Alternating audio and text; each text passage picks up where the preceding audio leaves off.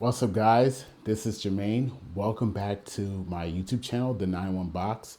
And we're going to be looking at a video with Gary Habermas, who I'm very fond of. And I forget the other guy's name, but his YouTube channel, Capturing Christianity.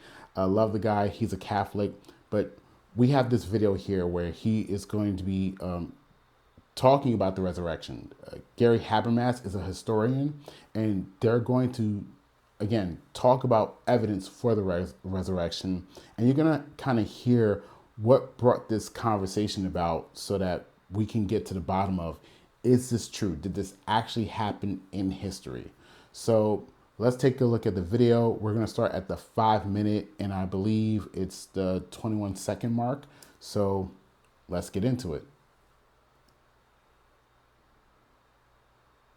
Coming out. So about 6 years ago, I learned that my brother became an atheist, and that really sent me on this journey, my original journey into apologetics. Now, when he first talked to me about this and he started to raise his objections, I had no idea if there were any evidence for Jesus, even Jesus's existence, Right. let alone the resurrection. And I imagine that probably the majority of Christians are in that same position, where they just have no idea that there's this wealth of information and, as you say, data that supports a historically grounded resurrection event in history. So what is like your 5 minute spiel on the evidence in support of the resurrection? These are facts, these are historical facts, and this is what you specialize in. So Yeah. Do less than 5 minutes. I start with what I call a minimal facts argument. It's a species of reliability, one of the reliability arguments, but where most reliability arguments are top-down arguments. If the book is reliable, it's like an umbrella. Everything under it gets kept, from the rain. If the book is generally true, whatever's reported under it is accurate. Mine's a bottom up. And instead of an umbrella, I would suggest an example of a brick wall with individual facts being bricks that we put together to build a case from the bottom up. And I've used anywhere from 3 to 7 over the years. I like that analogy, building on a foundation from the brick up, because the foundation is truth. So I really like that analogy. Bricks, they're solid, start from the bottom, foundation, great. Let's keep going. Lately, I've been doing 6. And I would say Jesus died by crucifixion. His disciples had experiences that they believed were appearances of the risen Jesus. Because of their belief that he was raised, it is the event that has turned the world upside down religiously. In fact, a recent book on non-believing Jews and the resurrection, they even acknowledge, not being Christians, that Christianity is a resurrection religion. It was the resurrection that powered the religion, powered the teachings, even to the point of being willing to die. And we do have first century sources for arguably the 3 largest names in Christianity. 4, very important, it was proclaimed very early. And today, critics, the consensus position is that you can track the resurrection preaching back to immediately after the cross. In fact, the way it's often stated by, say, Bart Ehrman, is that when Paul said yes to Jesus on the way to Damascus, there was already a body of data called the early creeds that are later written in the New Testament, but they were already being noised abroad. When Paul said yes, there were these heavy creeds, about 80% of which are in the deity, death, resurrection of Jesus, because that's a major message. They were already in existence. So when Paul didn't invent Christianity, the main reason, when he came to Christ, the message he hated most, we already have data from that 2-year period before Paul. And then the last 2 would be individuals, James, the brother of Jesus, and Paul, both of whom become Christians because they believed they had experiences which were appearances of the risen Jesus. I want to point something out about Paul. People object to Paul encountering Jesus. They said he never met Jesus. This was just an experience that he had. He never had a physical encounter. And they're going off of the book of Acts. Some atheists would bring this up. Here's the thing that people leave out when they bring up their objection of Paul meeting Jesus. The road to Damascus, what they don't bring up is that when Jesus was talking, this loud voice was speaking, and there was no one there, but there was this voice speaking. It says in Acts that there were men with Paul. They saw no one, but they heard this voice, and they were astonished. I'm paraphrasing, but if you're gonna say that, okay, Paul, he didn't meet Jesus, so this was his own experience, his own probably psychological experience, how do you account for the other men that was around Paul and they heard this voice too?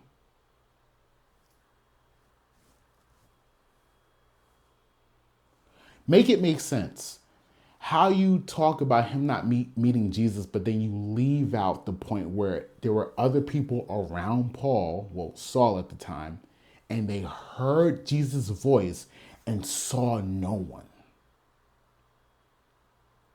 So there were eyewitnesses or witnesses, because, eyewitnesses, yeah, they saw with their eyes and heard, and this wasn't a subjective experience that Saul had by himself. Everyone was experiencing it at the same time. Let's continue. Those are the 6 I would use. And to my knowledge, I've had dialogues with atheists, agnostics, scholars, specialists, and they don't dispute any of those. So how do they respond to this? That you have these facts and you establish them historically, and you say the best explanation of these facts is that God raised Jesus from the dead, right? And there are these existing naturalistic attempts of explaining away these facts. Yeah. What is the best one to your knowledge, and then why do you think that it fails? Someone just asked me that yesterday, and I made the point. You'd expect me to say this, but years ago, I would have told you the one that I thought was the hardest answer. Today, I would say, not only are there no good ones, there are no good theories that you can really take and ride to the bank, so to speak. If you're a naturalist, you can really take care of the resurrection with this.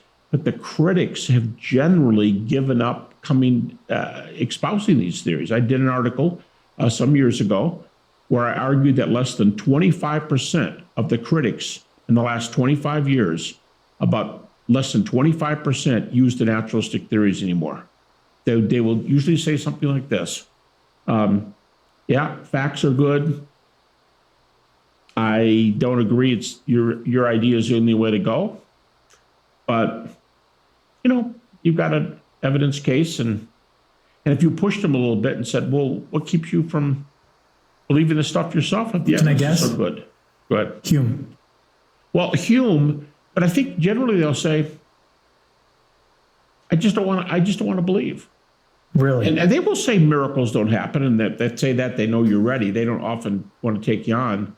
Another comment is, yeah, but you got a problem with your theory. What's that? Well, you've got some data for your theory, and I'm not exactly sure where I would go to refute it. But you're asking me, implicit in your argument, is you're asking me to believe in Middle Earth, Narnia, or if you want a secular example, Oz. You're asking me to believe in that. And there's no world like that. How do you know? Well, there's no, look, everything we know from empirical science, there's not an ultimate universe. And when I'm talking to a person like that, I always go, time out. Okay, we'll end it right there. The full video will be in the description box below. It's a 36-minute conversation in 33 seconds. Yeah, those are the points. I want to hear your thoughts in the comment section below.